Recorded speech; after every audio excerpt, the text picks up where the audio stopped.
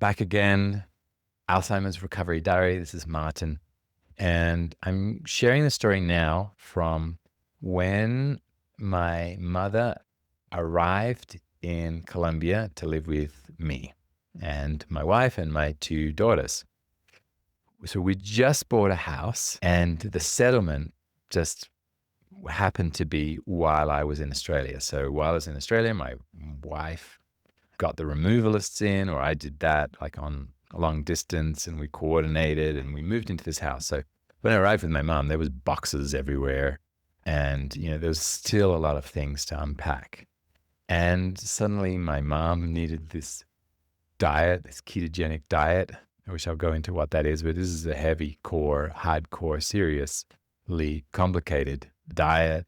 She needed to be taking these supplements all day. She needed to do personal training and exercise and strength training. She needed to go to doctor's appointments. There was so many things to do. And also I had a house to unpack. I had to move ahead professionally.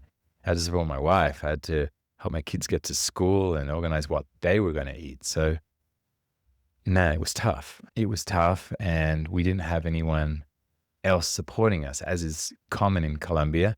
A lot of people may have a maid or a cook or someone who will help them out for a couple of days. So in the beginning, it was just like survival. Each day, survival, getting through these routines and trying to do some work and trying to get ahead in these other aspects of life. And not moving forward very, very quickly. I guess the focus initially was just getting on the house organized. And then there was issues with the car, and there was issues with the kids' schools and all sorts of stuff.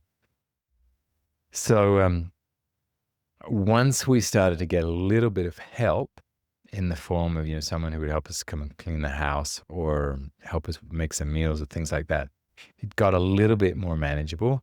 And I realized very early on that even though I wanted to be, and I thought it would be possible to help my mom out and kind of do everything, this was not going to be possible. I was going to have to kind of outsource some of these things and get more support.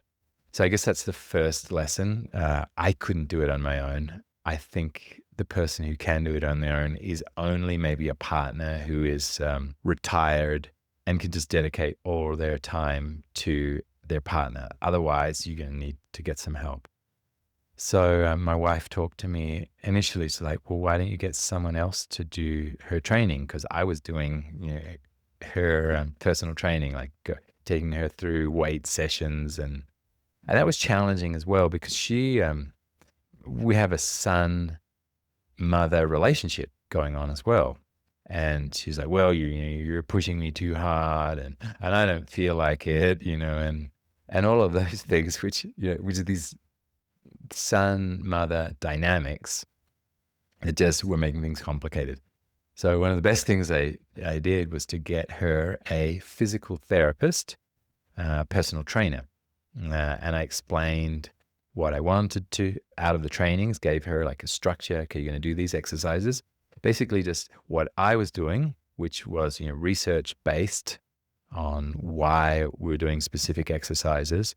And I outsourced that to the physical therapist. And that was great, because my mum stopped complaining, because this was no longer a person that she was so close to that she could feel comfortable with us complaining. And she's advanced so much. She's actually doubled, I would say almost tripled her strength in comparison when she started.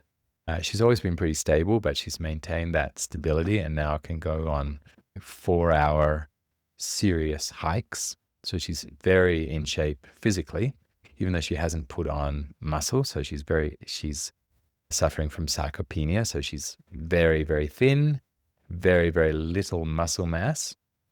But the little mass that's there is strong. That's all I can say.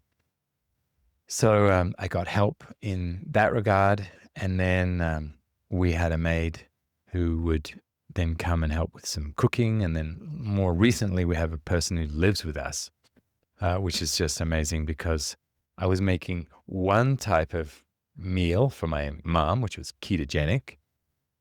Sorry. which I'll get into what that is if you're not aware of what that diet is, but it's generally prescribed to people with Alzheimer's, and it's a very strict diet. And then I was making other meals for my kids and for my wife, and this is 3 meals a day. But remember, my mum's eating differently, so this is 6 meals a day. So you can imagine, like, you could take up just your whole day going shopping, planning meals, and making them, and then cleaning up after that. That's just a full-time job right there. So that was really important to kind of outsource that as well, and get some help in that regard. And so I guess the whole part of the journey has been just getting kind of more and more and more help to make it sustainable, because otherwise I was going to burn out. I was burning out, and then it wasn't fun anymore, enjoyable, and I was getting cranky with my wife, cranky with my kids, cranky with my mom, just cranky in general, and tired and frustrated, and just not advancing in other areas of my life that I needed to do. So yeah, that was a real lesson. And I think in the next episode, I'm going to share with you what the actual protocol looks like, so you can get a sense of kind of what we're doing in general. And then later on, I'll share like kind of what's worked, what we've switched out. And yeah, it's going to get fun. You're going to learn a lot, and it's going to be great just to have this out of my head and into this public space. So see you soon.